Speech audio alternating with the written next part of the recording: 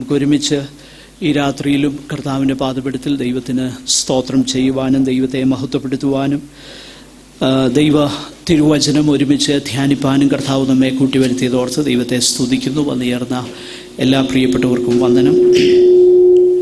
നമുക്കൊരുമിച്ച് അല്പസമയം കൂടെ കർത്താവിൻ്റെ പാദപീഠത്തിലായിരിക്കുമ്പോൾ നമ്മുടെ ചിന്തയ്ക്കായിട്ട് ഒരു തിരുവചന ഭാഗം നമുക്ക് വായിക്കാം. റോമാലേഖനം 8-ാം അധ്യായം അതിൻ്റെ 35, 36, 37 ഈ വേദഭാഗങ്ങൾ പ്രാരംഭമായിട്ട് നമുക്ക് വായിക്കാം. Romance chapter 8 versus 35 to 37.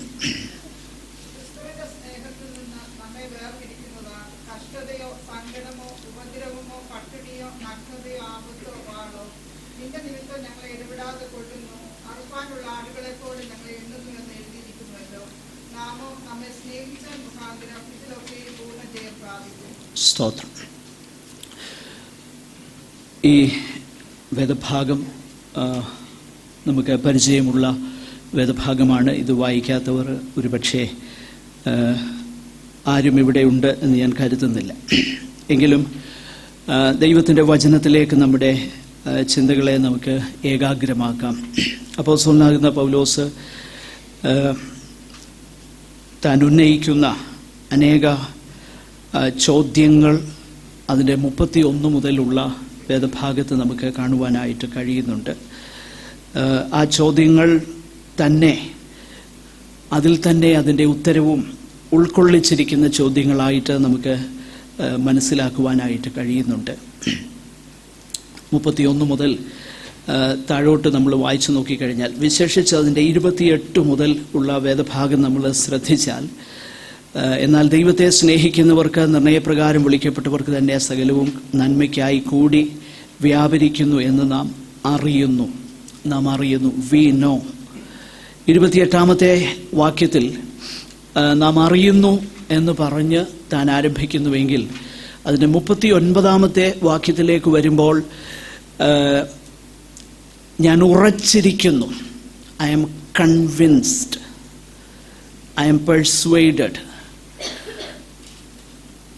28-ാമത്തെ വാക്യത്തിൽ ഞാൻ അറിയുന്നു, നാം അറിയുന്നു എന്ന് പറയുന്നത് തന്നെ വളരെ ഉറപ്പുള്ള ഒരു കാര്യമാണ്. എങ്കിലും അതിലെ 39-ലേക്ക് വരുമ്പോൾ ഞാൻ ഉറച്ചിരിക്കുന്നു എന്ന് പറഞ്ഞാൽ എൻ്റെ ആ അറിവിന് എനിക്ക് യാതൊരു സംശയങ്ങളുമില്ല. അത് ഉറപ്പായി ഞാൻ എൻ്റെ ഹൃദയത്തിൽ വളരെ രൂഢമൂലമായിരിക്കുന്ന, വേര് പിടിച്ചിരിക്കുന്ന, ആർക്കും ആ കൺവിക്ഷനെ ഒന്നിനും ജീവിതത്തിലെ യാതൊരു സാഹചര്യങ്ങൾക്കും ഉലയ്ക്കുവാൻ കഴിയാത്തതുപോലെയുള്ള ഒരു ബോധ്യമാണ് എനിക്കുള്ളത് എന്നാണ് പോൾ പറയുന്നത്. ഒരുപക്ഷെ ഈ ഒരു ബോധ്യമാകാം അനേക സന്ദർഭങ്ങളിൽ താൻ പറയുന്ന വാക്കുകളുടെ ഒക്കെ അടിസ്ഥാനം. ഉദാഹരണത്തിന് അപ്പോസ്തലപ്രവൃത്തി 20-ാമത്തെ അധ്യായം അതിൻ്റെ 24-ാമത്തെ വാക്യം ഇതുമായി ചേർത്ത് ഒന്ന് വായിക്കുന്നത് നന്നായിരിക്കുമെന്ന് ഞാൻ കരുതുകയാണ്. അപ്പോസ്തലപ്രവൃത്തി 20-ാമത്തെ അധ്യായം അതിൻ്റെ 24-ാമത്തെ വാക്യം.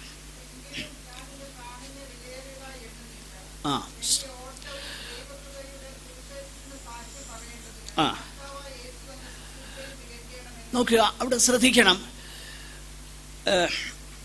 നമുക്കറിയാം, നമ്മുടെ ജീവിതത്തിലൊക്കെ വിലപ്പെട്ട പല കാര്യങ്ങളുണ്ട്.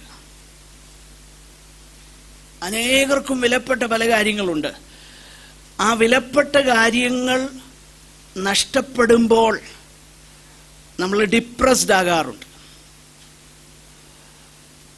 നമ്മുടെ സമ്പത്താണ് നമുക്ക് ഏറ്റവും വിലപ്പെട്ട കാര്യമെങ്കിൽ അത് നഷ്ടപ്പെട്ടാൽ നമുക്ക് ഡിപ്രഷൻ ഉണ്ടാകും. നമുക്ക് ഏറ്റവും വലിയ കാര്യങ്ങൾ നമ്മൾ പ്രതീക്ഷിച്ചിരിക്കുന്ന നമ്മുടെ തലമുറയിലാണെങ്കിൽ അവര് നാം ചിന്തിച്ചതുപോലെ കാര്യങ്ങൾ ശരിയായില്ലെങ്കിൽ നമുക്ക് ഡിപ്രഷൻ ഉണ്ടാകും. നമ്മുടെ ഏറ്റവും വിലപ്പെട്ടത് നാം ഓൺ ചെയ്യുന്ന, അല്ലെങ്കിൽ നമ്മുടേതെന്ന് നമ്മൾ പറയുന്ന എന്തെങ്കിലുമാണെങ്കിൽ, അത് വസ്തുവകകളോ വീടോ വാഹനങ്ങളോ ബാങ്ക് ബാലൻസോ എന്താണെങ്കിലും, അതാ നമ്മുടെ വിലപ്പെട്ടതെങ്കിൽ അത് നഷ്ടപ്പെട്ടാൽ നമുക്ക് വലിയ പ്രശ്നങ്ങളാണ്. എന്നാൽ ഒരു മനുഷ്യൻ എല്ലാം നഷ്ടപ്പെട്ടാലും അവൻ ഏറ്റവും വിലയേറിയത് അവൻ്റെ പ്രാണനാണ്, അവൻ്റെ ജീവനാണ്. അത് വേദപുസ്തകത്തിൽ നമ്മൾ വായിക്കുന്നുണ്ട്. വിശേഷിച്ച് പിശാച് തന്നെ ഇയ്യോബിനോട് പറയുന്നൊരു കാര്യമുണ്ട്. അതായത്, അങ്ങിപ്പോഴ് അവൻ്റെ വസ്തുവകകളൊക്കെ എടുത്തുള്ളൂ, അവൻ്റെ മക്കളൊക്കെ നശിച്ചുള്ളൂ, എന്നാൽ അവൻ്റെ ജീവനെ ഒന്ന് തൊട്. അപ്പോൾ അറിയാം അവന് നീയാണോ വലുത് അതോ അവൻ്റെ ജീവനാണോ? അതാ പ്രധാനപ്പെട്ട ചോദ്യം.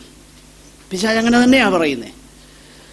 ത്വക്കിന് പകരം എന്താ വായിച്ചിട്ടുണ്ട്? ത്വക്കിന് പകരം മനുഷ്യൻ എന്തോ വേണമെങ്കിൽ, മാൻ will exchange anything for his life. ഇപ്പം നമ്മളോട് ആരെങ്കിലും ചോദിക്കുക, നിന്റെ തോക്ക് തലയ്ക്ക് വെച്ചേച്ച് നിന്റെ ഒരു ബ്ലാങ്ക് ചെക്ക് സൈൻ ചെയ്യാൻ പറഞ്ഞാൽ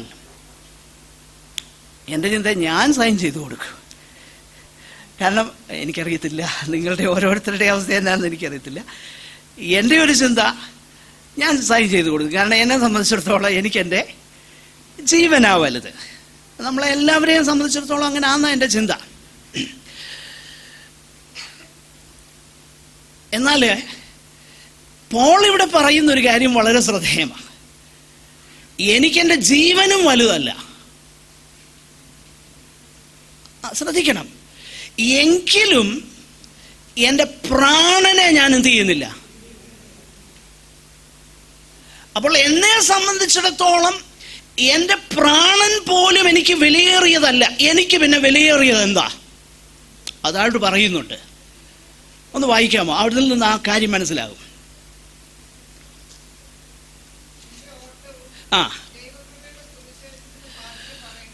സാക്ഷ്യം പറയേണ്ടതിന് നോക്കണം. ആ ഒരു പദം ശ്രദ്ധിക്കണം. കർത്താവായ യേശു തന്ന എന്ന് പറഞ്ഞാൽ, ഞാൻ എൻ്റെ ജീവനെ യേശുവിൻ്റെ കർത്തൃത്വത്തിന് ഞാൻ ഏൽപ്പിച്ചു. ഇനിയിപ്പോൾ എനിക്ക് വലുത് എൻ്റെ ജീവനല്ല, എൻ്റെ ഒന്നുമല്ല, യേശു എൻ്റെ കർത്താവായിരിക്കുന്നു എന്നുള്ളതാണ് എനിക്ക് വലുത്. അതാ ആ വാക്യത്തിൻ്റെ അർത്ഥം. എന്ന് പറഞ്ഞാൽ, യേശു അല്ലാതെ, യേശുവിൻ്റെ ലോർഡ്ഷിപ്പ് അല്ലാതെ എൻ്റെ ജീവിതത്തിൽ ഒന്നിനെ ഞാൻ വിലയേറിയതായിട്ട് എണ്ണുന്നില്ല. പ്രിയപ്പെട്ടവരെ, ക്രിസ്തീയ ജീവിതത്തിൽ ഏതെങ്കിലും ഒരു പോയിന്റിൽ ഈ ഒരു തിരിച്ചറിവിലേക്ക് നമ്മൾ വരുന്നില്ലെങ്കിൽ നമ്മുടെ ക്രിസ്തീയ ജീവിതം കൊണ്ട് ഒരു പ്രയോജനമില്ല. ഈ തിരിച്ചറിവിലേക്ക് വരുമ്പോഴാണ് ആരേലും ചവപ്പെട്ട് കാണുന്നെന്നും റീത്ത് കാണുന്നെന്നും പറയുമ്പോൾ അതിനകത്തോരിളക്കവും നമുക്കുണ്ടാകുകയില്ല. അങ്ങനെ ഇളക്കമുണ്ടാകുന്ന ഒരു സന്ദർഭം ഒരു പക്ഷേ ജീവിതത്തിൽ ഉണ്ടായേക്കാം. അതിന് കുഴപ്പമൊന്നുമില്ല. ആസ് വി ഗ്രോ അപ്പ്, നമ്മൾ ക്രിസ്തുവിൽ വളരുമ്പോൾ അങ്ങനൊക്കെ പറഞ്ഞ് നമ്മളെ പേടിപ്പിച്ച് കബളിപ്പിക്കുന്ന, ചൂഷണം ചെയ്യുന്ന ഒത്തിരി സന്ദർഭങ്ങളുണ്ട്. എന്നാൽ somewhere along the way, if a person is truly born again, if he is truly born again by the true gospel, സത്യ സുവിശേഷത്താൽ വീണ്ടും ജനിച്ച ഒരു വ്യക്തിയാണെങ്കിൽ അവൻ്റെ ജീവിതത്തിൽ ഒരു പോയിന്റിൽ അവൻ ചെന്നെത്തും. എൻ്റെ പ്രാണൻ പോലും എനിക്ക് വലുതല്ല, എൻ്റെ കർത്താവാണ് എനിക്ക് വലുത് എന്നവന് പറയാൻ കഴിയും. പ്രിയപ്പെട്ടവരെ, ഇത് അതിശയോക്തിയോ ഇല്ലാത്ത കാര്യങ്ങളോ അല്ല എന്ന് നമ്മൾ മനസ്സിലാക്കണം. ഇത് അതിശയോക്തിയല്ല. അപ്പോൾ ജീവിതത്തിൽ യേശുവിനെ വലുതെന്ന് കാണുന്ന ഒരാളാണ് ട്രൂ ഡിസൈപ്പിൾ. മറ്റൊന്നും വലുത്. കാരണം യേശു കർത്താവിൻ്റെ ശിഷ്യന്മാരും കൂടെ കർത്താവിൻ്റെ ഒപ്പം യാത്ര ചെയ്തപ്പോൾ തന്നെ, അല്ലെങ്കിൽ ഈ കാര്യം വളരെ മനോഹരമായിട്ട് കോൺട്രാസ്റ്റ് ചെയ്തേക്കുന്ന ഒരു വേദഭാഗമുണ്ട്. അത് എല്ലാ സുവിശേഷങ്ങളിലും ഉണ്ടെന്നുള്ളതാണ് ശ്രദ്ധേയമാകുന്ന ഒരു കാര്യം. ഇന്ന് പ്രഭാതത്തിൽ ഞാൻ ആ ഭാഗം വായിച്ചുകൊണ്ടിരുന്നപ്പോഴാണ് ഈ ചിന്തകളെല്ലാം എൻ്റെ മനസ്സിലേക്ക് വന്നത്. മത്തായി സുവിശേഷം 26-ാം അധ്യായത്തിലാണ് അതുള്ളത്. കർത്താവിൻ്റെ ക്രൂശീകരണത്തിന് തൊട്ട് മുൻപ്, അത് എല്ലാ സുവിശേഷങ്ങളിലും ഉണ്ട്. അത് ഞാൻ പലപ്പോഴും പറഞ്ഞിട്ടുണ്ട്. കർത്താവിനെ അനോയിന്റ് ചെയ്യുന്ന ആ സന്ദർഭം, രണ്ട് സന്ദർഭങ്ങളുണ്ട്. ഒന്ന് കർത്താവിൻ്റെ ശുശ്രൂഷയുടെ ആരംഭത്തിലാണ്. മഗ്ദലക്കാരത്തി മറിയ കർത്താവിനെ അനോയിന്റ് ചെയ്യുന്നതുണ്ട്. അത് ലൂക്കോസിന്റെ സുവിശേഷം 7-ാം അധ്യായത്തിലുണ്ട്. അവിടെയും ശീമോൻ എന്ന് പറയുന്ന ഒരാളിൻ്റെ പേരുള്ളത് കൊണ്ട് ഇത് രണ്ടും ഒന്നാണെന്ന് കൺഫ്യൂസ് ചെയ്യാറുണ്ട്. എന്നാൽ ആ രണ്ട് സംഭവങ്ങളും രണ്ടാ. ഒന്ന് കർത്താവിൻ്റെ ശുശ്രൂഷയുടെ ആരംഭത്തിലും, മത്തായി സുവിശേഷം 26-ാം അധ്യായത്തിലും, മർക്കോസ് 14, എൻ്റെ ഓർമ്മ ശരിയെങ്കിൽ 14-ലും, യോഹന്നാന്റെ സുവിശേഷം 12-ാം അധ്യായത്തിലുമൊക്കെ നമ്മൾ കാണുന്ന കർത്താവിനെ അനോയിന്റ് ചെയ്യുന്ന, കർത്താവിൻ്റെ മേൽ വിലയേറിയ ആ തൈലം പൂശുന്ന ആ സന്ദർഭം ഒറ്റ കാര്യമാണ്. അത് കർത്താവിൻ്റെ ക്രൂശിൻ്റെ ആ ആഴ്ചയിൽ തന്നെ സംഭവിക്കുന്ന ഒരു കാര്യമാണ്. മറ്റേത് ശുശ്രൂഷയുടെ തുടക്കത്തിൽ സംഭവിക്കുന്ന കാര്യമാണ്. ലൂക്കോസിന്റെ സുവിശേഷം 7-ാം അധ്യായത്തിലുള്ള ആ സംഭവം യേശു കർത്താവിൻ്റെ ഐഹിക ശുശ്രൂഷയുടെ ആരംഭത്തിൽ, നിങ്ങൾ അത് ശ്രദ്ധിച്ച് വായിച്ചു നോക്കിക്കഴിഞ്ഞാൽ ആ കൺഫ്യൂഷൻ നിങ്ങൾക്ക് മാറും. അത് രണ്ടും രണ്ടാണ് എന്ന് പറയാൻ വേണ്ടിയാണ് ഞാൻ അത്രയും പറഞ്ഞത്. മത്തായി സുവിശേഷം 26-ാം അധ്യായത്തിൽ നമ്മൾ കാണുന്ന ഒരു കാര്യമുണ്ട്. ഇത് കർത്താവിൻ്റെ മേൽ അത് അവൾ വന്ന് പൂശുമ്പോൾ ശിഷ്യന്മാരെല്ലാം കൂടെ ചേർന്ന് പറയുന്ന ഒരു കാര്യമുണ്ട്. ഈ വെറും ചിലവ് എന്തിന് എന്ന് പറഞ്ഞു കഴിഞ്ഞാൽ, യേശു കർത്താവ് ഇത്രത്തോളമൊക്കെ ഇത്രയും വിലയേറിയ ഒരു കാര്യം യേശു കർത്താവിൻ്റെ മേൽ വേസ്റ്റ് ചെയ്യത്തക്ക പോലൊന്നും ഇമ്പോർട്ടൻസ് ആർക്കില്ല. കാരണം നമ്മൾ ആ ഭാഗം തുടർന്ന് നിങ്ങൾ വായിച്ചു നോക്കിക്കഴിഞ്ഞാൽ ഈ ഒരു സംഭവമാണ് യേശുവിനെ ഒറ്റിക്കൊടുക്കുവാൻ തക്കവണ്ണം ഒരു ട്രിഗറായിട്ട് നമ്മൾ അവിടെ വായിക്കുന്നത്. മത്തായി സുവിശേഷം നമ്മൾ വായിച്ചു കഴിഞ്ഞാൽ ഈ സംഭവത്തോട് ചേർന്നാണ് ഉടനെ യൂദാ ചെന്ന് മഹാപുരോഹിതന്മാരുടെ അടുക്കൽ പോയിട്ട് ഞാൻ ഒറ്റിക്കൊടുക്കാം, ഞാൻ നിങ്ങൾക്ക് കാണിച്ചു തരാം, എന്നോ തരും എന്ന് കർത്താവിന് വിലയിട്ടത്. അപ്പോൾ ഈ ബാക്കിയുള്ള ശിഷ്യന്മാരും എല്ലാം ചേർന്ന് ഇത് പറയുമ്പോൾ കർത്താവ് പറയുന്ന ഒരു കാര്യമുണ്ട്. അവളെ അസഹ്യപ്പെടുത്തുന്നത് എന്തിന്? ദരിദ്രന്മാർ നിങ്ങൾക്ക്. അപ്പോൾ രണ്ട് കാര്യം അവിടെ മനസ്സിലാക്കണം. ഒന്ന്, ഈ ദരിദ്രന്മാരെ ഫീഡ് ചെയ്യുന്നതും യേശു ഏറ്റവും വിലയേറിയവനാണ്, അവന് വേണ്ടി എൻ്റെ ജീവിതം പോറൗട്ട് ചെയ്യണമെന്ന് പറയുന്നതിന് രണ്ടും രണ്ടാ. പലരും ചിന്തിക്കുന്ന ഇതൊന്നിനോ പകരം ഒന്ന് വെക്കുന്നതാണ്. കഴിഞ്ഞ ദിവസം ഒരാളുമായിട്ട് ഇങ്ങനെ സംസാരിച്ചുകൊണ്ടിരുന്നപ്പോൾ ഇങ്ങനെ പറഞ്ഞു വന്നപ്പോൾ ഒരു പട്ടണത്തിൽ ഭയങ്കര കാര്യങ്ങൾ അവർ ചെയ്യുന്നുണ്ട്. ആ പട്ടണം പട്ടിണിയില്ലാത്ത പട്ടണമാണ് എന്നൊക്കെ പറഞ്ഞു. ഞാൻ പറഞ്ഞു നല്ല കാര്യം തന്നെ, പട്ടിണിയില്ലാത്തൊക്കെ. പക്ഷേ സത്യ സുവിശേഷത്തിന് പകരമാകുന്നില്ല ഒരു പട്ടണത്തിലെ സകല സാധുക്കളെയും ഫീഡ് ചെയ്യുന്നത്. അത് നമ്മൾ മനസ്സിലാക്കണം. ഇത് രണ്ടും പകരത്തിന് പകരം വെക്കാവുന്ന കാര്യമല്ല, രണ്ടും രണ്ടാ. എന്നിട്ട് യേശു പറയുന്ന ഒരു കാര്യമുണ്ട്. ഇത് സുവിശേഷം എവിടെ പ്രസംഗിക്കുന്നുവോ അവിടെ ഇതെന്ത് ചെയ്യും? പ്രസംഗിക്കപ്പെടും എന്ന് പറഞ്ഞാൽ അതിൻ്റെ അർത്ഥം എന്താ? സുവിശേഷമെന്ന് പറഞ്ഞാൽ, ട്രൂ ഗോസ്പൽ എന്ന് പറഞ്ഞാൽ യേശുവിനെ കൊണ്ട് ഇങ്ങോട്ട് കിട്ടുന്ന കാര്യങ്ങൾ പറയിപ്പിക്കുന്നതല്ല. ട്രൂ ഗോസ്പൽ എന്ന് പറഞ്ഞാൽ യേശുവിൻ്റെ അടുക്കലേക്ക് വന്നിട്ട് ജീവിതം മുഴുവൻ കർത്താവിനായി സമർപ്പിക്കപ്പെടുന്നതാണ് ട്രൂ ഗോസ്പൽ. സത്യസുവിശേഷം എന്നാണ് അതിൻ്റെ അർത്ഥം. അതാണ് നമ്മൾ മനസ്സിലാക്കേണ്ടത്. അല്ലാതെ ഇന്ന് നമ്മൾ കേൾക്കുന്ന ആ വ്യാജ സുവിശേഷമല്ല. ആകട്ടെ, അപ്പോൾ ഈ വേദഭാഗം നമ്മൾ ശ്രദ്ധിച്ചു നോക്കിക്കഴിഞ്ഞാൽ ആ ഒരു കൺവിക്ഷനിലേക്ക് വന്ന ഈ മനുഷ്യൻ പറയുന്ന വാക്കുകൾ വളരെ ശ്രദ്ധേയമാണ്. ഇവിടെ ആ ഒരു സ്നേഹത്തിൽ നിന്ന് എന്ന് പറഞ്ഞാൽ എൻ്റെ പ്രാണനെ പോലും ഞാൻ വിലയേറിയതായി എണ്ണുന്നില്ല, യേശുവിൻ്റെ കർത്തൃത്വമാണ് എനിക്ക് വലുത്, ആ ഒരു സ്നേഹ കൂട്ടായ്മ ബന്ധത്തിലേക്ക് ഞാൻ ക്രിസ്തുവുമായി ചേർന്നിരിക്കുകയാണ് എന്ന് പറയുന്ന ആ ഒരു അനുഭവത്തിലേക്ക് വരുന്ന ഒരു മനുഷ്യനെ സംബന്ധിച്ചിടത്തോളം അവന് ചോദിക്കുവാനുള്ള ഒരു ചോദ്യം, ക്രിസ്തുവിൻ്റെ സ്നേഹത്തിൽ നിന്ന് നമ്മെ വേർപിരിക്കുന്നത് ആർ?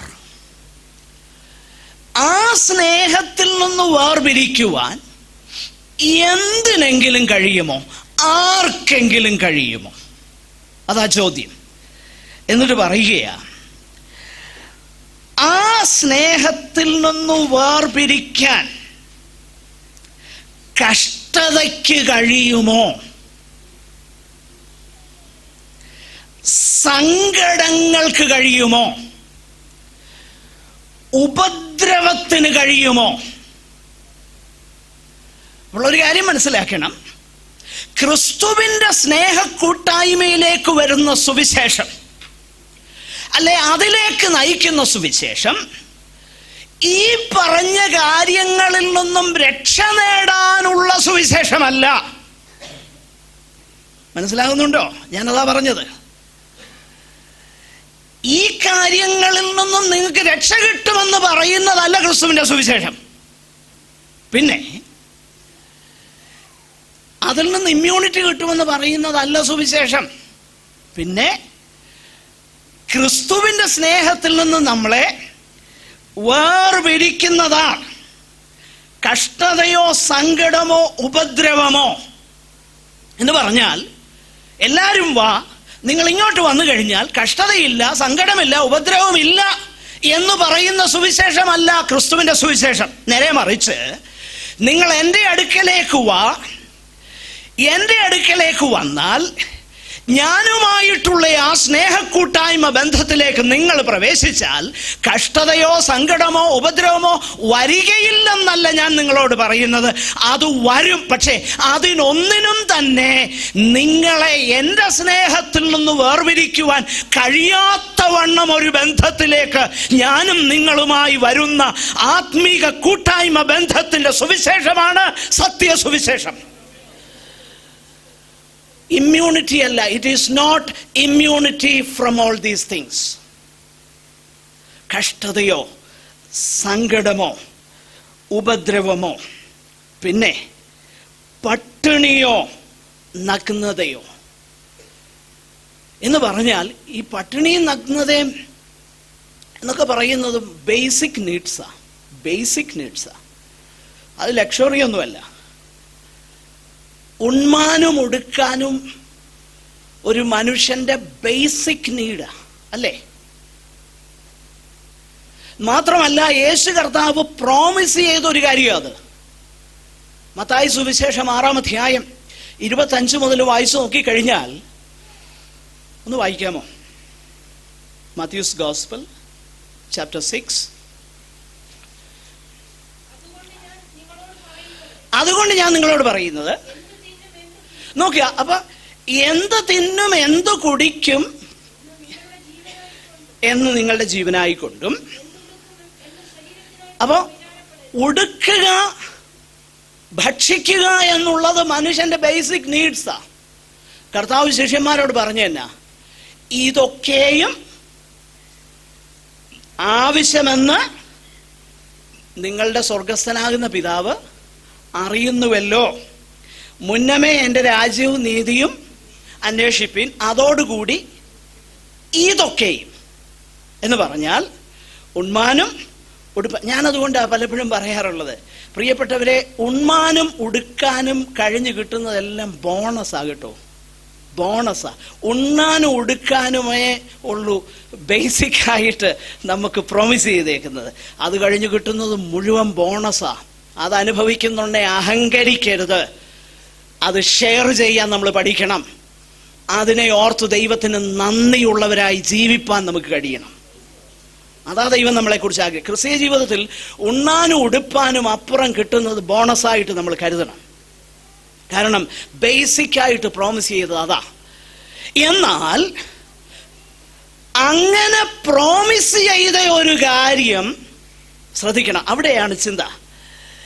അങ്ങനെ മക്കളെന്ന നിലയിൽ പ്രോമിസ് ചെയ്തിരിക്കുന്ന ഒരു കാര്യം അതില്ലാതെ വന്നാലും അതിനുപോലും എന്ത് ചെയ്യാൻ പറ്റത്തില്ല, ക്രിസ്തുവിൻ്റെ സ്നേഹത്തിൽ നിന്ന് വേർപിരിപ്പാൻ കഴിയുകയില്ല. അവിടെയാ വിഷയം. പ്രോമിസ് ചെയ്ത ഒരു കാര്യം, ബേസിക്കായിട്ടുള്ള ഒരു കാര്യം, അതുപോലും ഇല്ലാതെ വന്നാലും, അതായത് പട്ടിണിയോ നഗ്നതയോ, അതിനും ക്രിസ്തുവിൻ്റെ സ്നേഹത്തിൽ നിന്ന് തന്നെ നമ്മെ വേർപിരിപ്പാൻ കഴിയുന്നതല്ല. പ്രിയപ്പെട്ടവരെ, അത് ഞാൻ പറയുമ്പോൾ നമ്മൾ ശ്രദ്ധിക്കണം. ഇത് വെറുതെ ഇതൊന്നും അനുഭവിക്കാത്ത മനുഷ്യൻ്റെ വാക്കുകളല്ലിത്. അതാണ് നമ്മൾ ചിന്തിക്കേണ്ടത്. പ്രത്യേകിച്ച് 2 കൊരിന്ത്യർ 11-ാം-അധ്യായം 29 മുതൽ നമ്മൾ വായിച്ചു നോക്കിക്കഴിഞ്ഞാൽ ഈ മനുഷ്യൻ അനുഭവിച്ചതിൻ്റെ വലിയ ലിസ്റ്റ് നമ്മളവിടെ വായിക്കുന്നുണ്ട്. എന്തെല്ലാം കാര്യങ്ങളിൽ കൂടെയാണ് അദ്ദേഹം കടന്നുപോയത് എന്ന് താൻ രേഖപ്പെടുത്തിയിട്ടുണ്ട്. എന്ന് പറഞ്ഞാൽ പുതിയ നിയമ സുവിശേഷം എന്നുള്ളത് നമ്മൾ പലപ്പോഴും ചിന്തിക്കുന്നത് പോലെ പ്രയാസങ്ങളിൽ നിന്നുള്ള ഇമ്മ്യൂണിറ്റി അല്ല. നേരെ മറിച്ച് ആ ശ്രദ്ധിച്ച് നോക്കി നമ്മൾ വായിച്ചു നോക്കിക്കഴിഞ്ഞാൽ നമുക്കറിയാം. ആ വേദഭാഗം നിങ്ങൾ വീട്ടിൽ പോയി വായിച്ചാൽ മതി.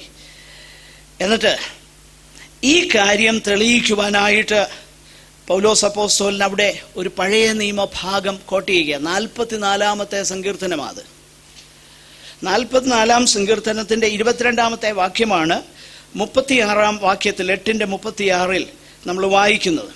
അവിടെ സത്യത്തിൽ ഇസ്രായേൽ ഭക്തരായിട്ടുള്ള ചിലരനുഭവിച്ച ചില കഷ്ടങ്ങളും സങ്കടങ്ങളും ഒക്കെ വിവരിക്കുന്ന ഒരു സങ്കീർത്തനമാണ്.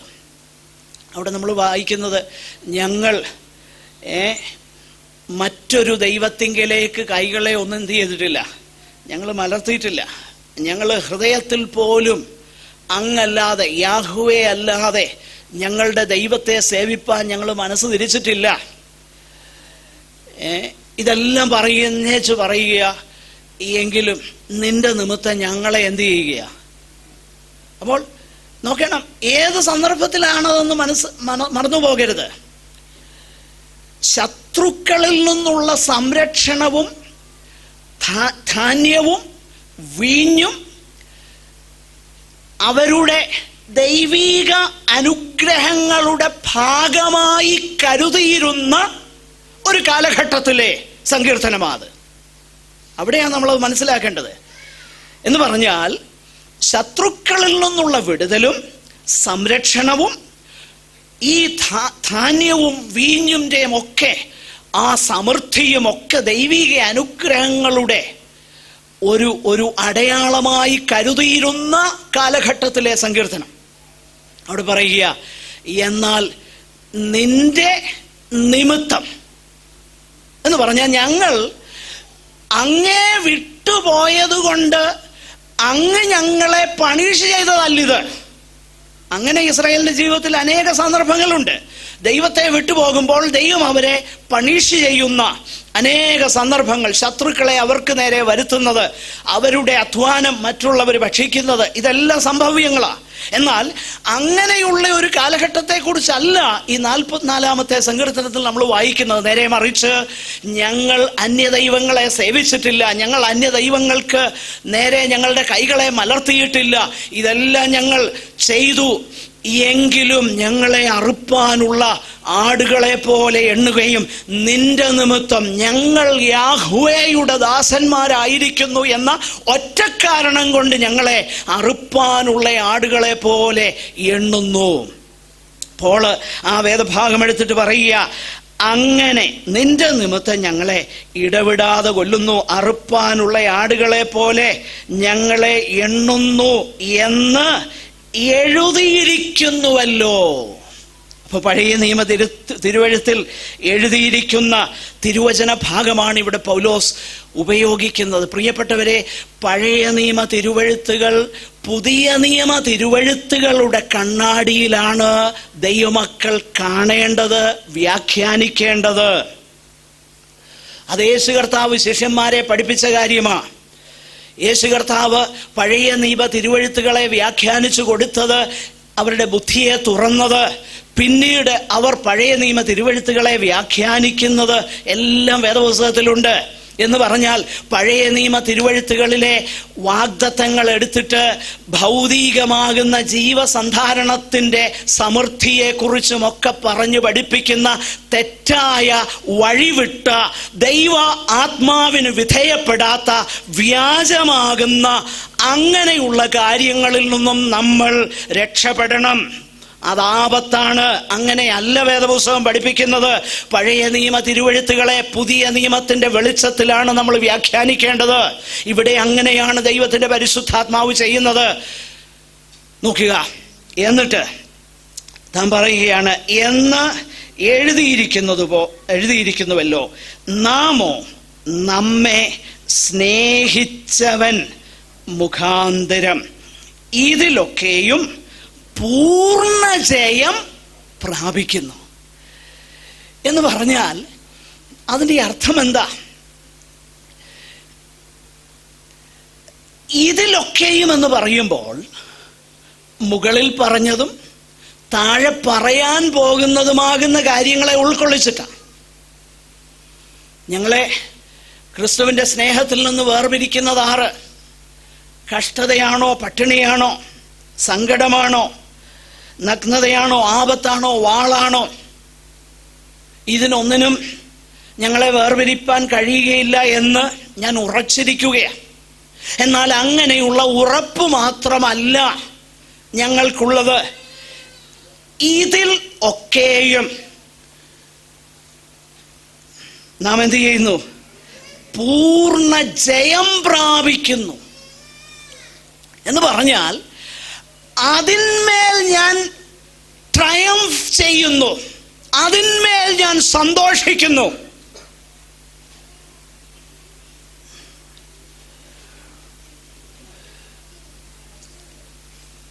ഞാൻ ചില സന്ദർഭങ്ങളിൽ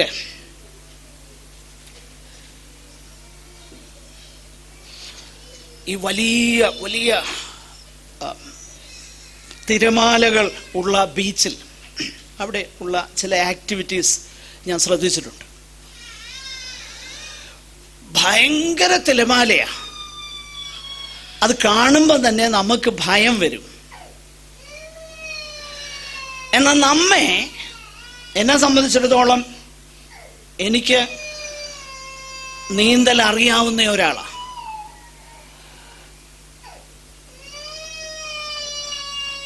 ഒരു ചെറിയ നദിയോ ഒക്കെ വലിയ പ്രശ്നങ്ങളൊന്നും ശരീരത്തിനില്ലെങ്കിൽ അത് നീന്തിക്കടക്കാൻ എന്നെ സംബന്ധിച്ചിടത്തോളം അറ്റ്ലീസ്റ്റ് ഇപ്പം മനസ്സിലെങ്കിലും എനിക്കൊരു ധൈര്യമുണ്ട്.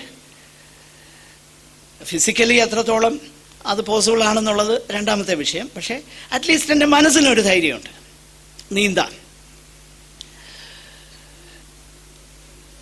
എന്നാൽ ഈ തിരമാലകളെ ഞാൻ ഒബ്സർവ് ചെയ്തപ്പോൾ ഭയങ്കര ഭയം തോന്നിയിട്ടുണ്ട്. അതിൻ്റെ ആ രുദ്രഭാവം. എന്നാൽ ആ തിരമാലകളിൽ അതിനെ ജോയ്ഫുള്ളായിട്ട് അതിനെ കാണുന്ന ഒരു കൂട്ടരെ ഞാൻ കണ്ടു. ഒരു ചെറിയ സർഫിംഗ് ബോർഡിൽ ആ വരുന്ന തിരമാലകൾ ഭയങ്കര ചിരിയോടെ അതിനെ ഫേസ് ചെയ്തിട്ട് അത് അവർക്കൊരു സന്തോഷം. എന്താണെന്നറിയോ, അത് ആ സർഫ് കേവലം ചുമ്മാ ഒരു സർഫിംഗ് ബോർഡ് കണ്ടിട്ടുണ്ടോ എന്ന് എനിക്കറിയത്തില്ല. ഞാൻ കണ്ടിട്ടുണ്ട്. വെറും ഒരു സർഫിംഗ് ബോർഡാ. അത് വരുന്നതനുസരിച്ച് ഇവൻ അതിൻ്റെ മുകളിൽ കൂടെ ഏതെല്ലാം അഭ്യാസങ്ങളാണ് കാണിക്കുന്നതെന്നറിയോ?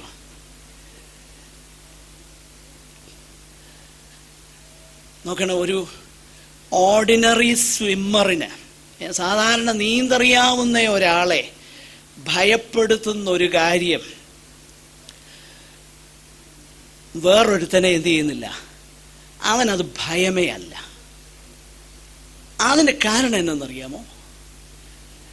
He is trained for that. അതിൻ്റെ മുകളിൽ കൂടെ ചാടാൻ. ഇവിടെ പോള് പറയുന്ന അതേ കാര്യം. നാമോ നമ്മെ സ്നേഹിച്ചവൻ മുഖാന്തരം. എന്താണ് നമ്മെ സ്നേഹിച്ച ആ സ്നേഹം? റോമാലേഖനം 5:8 റോമർ 5:8 ക്രിസ്തുവോ നാം പാപികളായിരിക്കുമ്പോൾ തന്നെ, നോക്കുക, ഞാൻ പാപിയായിരിക്കുമ്പോൾ എനിക്ക് വേണ്ടി മരിക്കാൻ തക്കവണ്ണം എന്നെ സ്നേഹിച്ചു. മാത്രമല്ല, ആ സ്നേഹം എന്റെ ഹൃദയങ്ങളിലേക്ക് തന്നു. 5:5 യെസ്. നോക്കുക, ദൈവം എന്നെ സ്നേഹിച്ചു. എന്തുകൊണ്ട് എന്നെ സ്നേഹിച്ചു എന്ന് എനിക്ക് തിരിച്ചറിയാം. ഞാൻ പാപിയായിരിക്കുമ്പം ക്രിസ്തു എനിക്ക് വേണ്ടി മരിച്ചു. അതാ സ്നേഹത്തിന്റെ പ്രദർശനം. നമ്മെ സ്നേഹിച്ചവൻ മുഖാന്തരം. ആ സ്നേഹം ഇപ്പോൾ എൻ്റെ ഹൃദയങ്ങളിൽ പകർന്നിരിക്കുന്നു. എങ്ങനെ പകർന്നിരിക്കുന്നു? ഓ പ്രിയപ്പെട്ടവരെ, ദൈവസ്നേഹത്താൽ നിറയപ്പെടാൻ കഴിയാത്ത ആത്മനിറവല്ല. നമ്മൾ തിരിച്ചറിയണം അത്. നോക്കുക, ആ പരിശുദ്ധാത്മാവിനാൽ നമ്മുടെ ഹൃദയങ്ങളിൽ പകർന്നിരിക്കുന്നു. അങ്ങനെ പകർന്നിരിക്കുന്നത് കൊണ്ട് now I am in a position to love him. റോമർ 8:28. എന്നാൽ ദൈവത്തെ സ്നേഹിക്കുന്നവർക്ക്, നോക്കിയ മതി. ആരാ ദൈവത്തെ സ്നേഹിക്കുന്നവർ? ദൈവത്തെ സ്നേഹിക്കാൻ എനിക്ക് കഴിയുന്നത് ദൈവം എന്നെ സ്നേഹിച്ചത് കൊണ്ടാണ്. ദൈവം എന്നെ സ്നേഹിക്കുക മാത്രമല്ല, ആ സ്നേഹം അവിടുത്തെ ആത്മാവിനാൽ എൻ്റെ ഹൃദയങ്ങളിൽ പകർന്നു. അതുകൊണ്ട് ഇപ്പോൾ എനിക്ക് ദൈവത്തെ സ്നേഹിക്കാൻ കഴിയുന്നു. അപ്പോൾ ദൈവം എന്നെ സ്നേഹിക്കുകയും ഞാൻ ദൈവത്തെ സ്നേഹിക്കുകയും ചെയ്യുന്നെങ്കിൽ ഇതിലൊക്കെയും ഞാൻ പൂർണ്ണജയം പ്രാപിക്കുന്നു. അതാ പോള് പറയുന്നത്. ബിക്കോസ് ഓഫ് ദ ലവ്, ക്രിസ്തുവിൻ്റെ സ്നേഹം. ആ സ്നേഹത്തിൽ നിന്ന് എന്നെ വേർപിരിപ്പാൻ കഴിയുകയില്ല. കാരണം എനിക്കെൻ്റെ പ്രാണനും വിലയേറിയതല്ല, എനിക്ക് ക്രിസ്തുവാ വലുത്. ഈ ലോകത്തിലെ വസ്തുവകകളല്ല വലുത്, എനിക്ക് ക്രിസ്തുവാ വലുത്. അതാ സ്ത്രീ കാണിച്ചു. ഈ ലോകത്തിലെ ഒന്നുമല്ല എനിക്ക് വലുത്, ക്രിസ്തുവാ. ആ സ്നേഹത്തിൽ, ആ സ്നേഹക്കൂട്ടായ്മയിൽ ജീവിതത്തിൽ നേരിടുന്ന ഏത് കാര്യങ്ങളിലും ഞാൻ പൂർണ്ണ ജയം പ്രാപിക്കുന്നു എന്ന് പറയുവാൻ കഴിയുന്ന ആ ബോധ്യമുള്ളതാകുന്ന ക്രിസ്തീയ ജീവിതമാണ് നമുക്ക് ആവശ്യമായിരിക്കുന്നത്.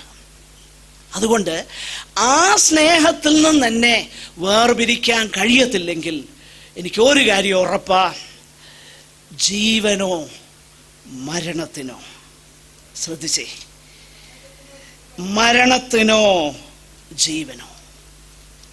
മരണം വരട്ടെ, അല്ല ജീവനാകട്ടെ, ദൂതന്മാർക്കോ വാഴ്ചകൾക്കോ എന്ന് പറഞ്ഞാൽ, ദൂതന്മാരോ വാഴ്ചകളോ അധികാരങ്ങൾക്കോ എന്ന് പറയുമ്പോൾ, ദൂതന്മാരും നല്ല ദൂതന്മാരൊന്നും നമ്മുടെ ക്രിസ്തീയ ജീവിതത്തിന് എതിരല്ല. പക്ഷെങ്കിൽ പോൾ പറയുക, ലോകത്തിലുള്ള ഒന്നിനും എന്നുള്ള അർത്ഥമാണ് അതിൻ്റെ അവിടെ നമ്മൾ മനസ്സിലാക്കേണ്ടത്. ഇപ്പോഴുള്ളതിനോ വരുവാനുള്ളതിനോ ഉയരത്തിനോ ആഴത്തിനോ മറ്റ് യാതൊരു സൃഷ്ടിക്കോ നമ്മുടെ കർത്താവായ യേശു ക്രിസ്തുവിലുള്ള ദൈവസ്നേഹത്തിൽ നിന്ന് നമ്മെ വേർപിരിപ്പാൻ കഴിയുകയില്ല എന്ന് ഞാൻ ഉറച്ചിരിക്കുന്നു. കർത്താവിൻ്റെ സ്നേഹം നിമിത്തം, ബിക്കോസ് ഹീ ലവ്സ് മീ. അപ്പോൾ പറയുന്നത്, I will be safely home someday. പല പ്രിയപ്പെട്ടവരും എന്നോട് ആവശ്യപ്പെടാറുണ്ട്, പ്രസംഗത്തിൻ്റെ ഇടയ്ക്ക് നല്ല പുസ്തകങ്ങൾ റെഫർ ചെയ്യുന്നത് നന്നായിരിക്കും. ഞാനൊരു പുസ്തകം റെഫർ ചെയ്യാൻ പോകുകയാണ്. വാങ്ങി മേടിക്കാൻ കഴിയുന്നവരൊക്കെ മേടിച്ച് വായിക്കുക. നമ്മുടെ ആത്മീയ ജീവിതത്തിന് നല്ല ഗുണം ചെയ്യുന്ന ഒരു പുസ്തകമാണ്. സേഫ്ലി ഹോം എന്ന് പറയുന്ന ഒരു ബുക്കുണ്ട്. റാൻഡി ആൽക്കോൺ എന്ന് പറയുന്ന ദൈവഭൃത്യൻ എഴുതിയ, ചൈനയിലുള്ള ദൈവമക്കൾ അനുഭവിക്കുന്ന കഷ്ടതയെക്കുറിച്ച് ഒരു കഥാരൂപേണ വിശദീകരിക്കുന്ന ഒരു കൃതിയാണ്. എന്നെ കേൾക്കുന്ന പ്രിയപ്പെട്ടവർക്ക് താല്പര്യമെങ്കിൽ അത് മേടിച്ച് വായിക്കാം. നല്ല പുസ്തകമാണ്. അതിൻ്റെ പ്രധാനപ്പെട്ട ചിന്ത ഇതാ: nothing will separate A child of God from the love of God. ക്രിസ്തുവിൻ്റെ സ്നേഹത്തിൽ നിന്ന് വേർപിരിപ്പാൻ ആർക്കും കഴിയത്തില്ല. We will all be safely home who love the Lord. കർത്താവിനെ സ്നേഹിക്കുന്ന, കർത്താവ് സ്നേഹിക്കുന്ന സകലരും. ഞാൻ ഒന്നുകൂടെ പറയാം, കർത്താവിനെ സ്നേഹിക്കാൻ കഴിയുന്ന നിലയിൽ കർത്താവിൻ്റെ സ്നേഹമുള്ളിലുള്ള ആരെയും ആ സ്നേഹത്തിൽ നിന്ന് വേർപിരിപ്പാൻ യാതൊന്നിനും കഴിയത്തില്ല. യാതൊന്നിനും കഴിയുകയില്ലെന്ന് ഞാൻ ഉറച്ചിരിക്കുന്നു. കാരണം ഞാൻ എൻ്റെ പ്രാണനെ പോലും വിലയേറിയതായി എണ്ണുന്നില്ല. കർത്താവാണ് എനിക്ക് വലുത്. പ്രിയപ്പെട്ടവരെ, ആ ഒരു ബോധ്യത്തിലേക്ക് നമ്മൾ വരുന്ന ആത്മീക ജീവിതം ദൈവത്തിൻ്റെ പരിശുദ്ധാത്മാവ് നമുക്ക് ദാനം ചെയ്യട്ടെ. ദൈവസ്നേഹത്താൽ നിറയപ്പെട്ടവരായി കർത്താവിന് വേണ്ടി നമുക്ക് ജീവിക്കാം. ദൈവം ഈ വചനങ്ങളാൽ നമ്മെ അനുഗ്രഹിക്കട്ടെ. സഹോദരന്മാർ, ആർക്കെങ്കിലും ഒരാൾക്ക് പ്രാർത്ഥന